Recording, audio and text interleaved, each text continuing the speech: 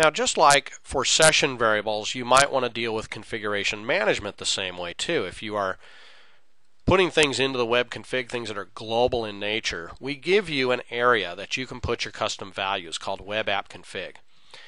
Now, you could put things into app settings, that's fine, okay, but I didn't want to lock you in. Okay, when you use the configuration manager class from Microsoft, you're locked into using the config file. What we wanted was the ability to say, okay, you know what, I've got my own area here where I can put in default state code, for example, with a value. Now I'm in California here. Okay, so I want to be able to put in that. And then what I want to do is I want to have, again, a class so I can use IntelliSense. And again, we've built that for you. We have one called web app config. And all I need to do is add a private and a public property, okay, shared read only. And again, if I want, I could just simply use my little property builder, okay, and create a default state code. It's a string, but it is static, it is read only. Okay, and I could then copy that and paste it in.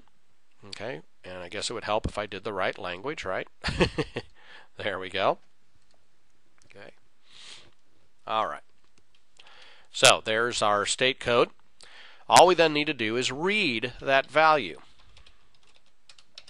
And for this, we don't use any of the Microsoft things. What we do is we use our own class here. And the reason we do this is because this then allows me to change the location of where the config file settings are. Okay? Right now they're in the web.config, but I have a utility that I can run called the configuration management utility that'll move these out to the registry or to an XML file. And the beauty is, once it does that, this class then knows where to read that data from. You don't have to change any code. You don't have to go back in and say, okay, I'm not using configurations manager anymore. I got to use, the registry stuff. We do all of that for you. And then again, once I want to use that particular value, right, it's simply web app config dot, and there it is again, default state code.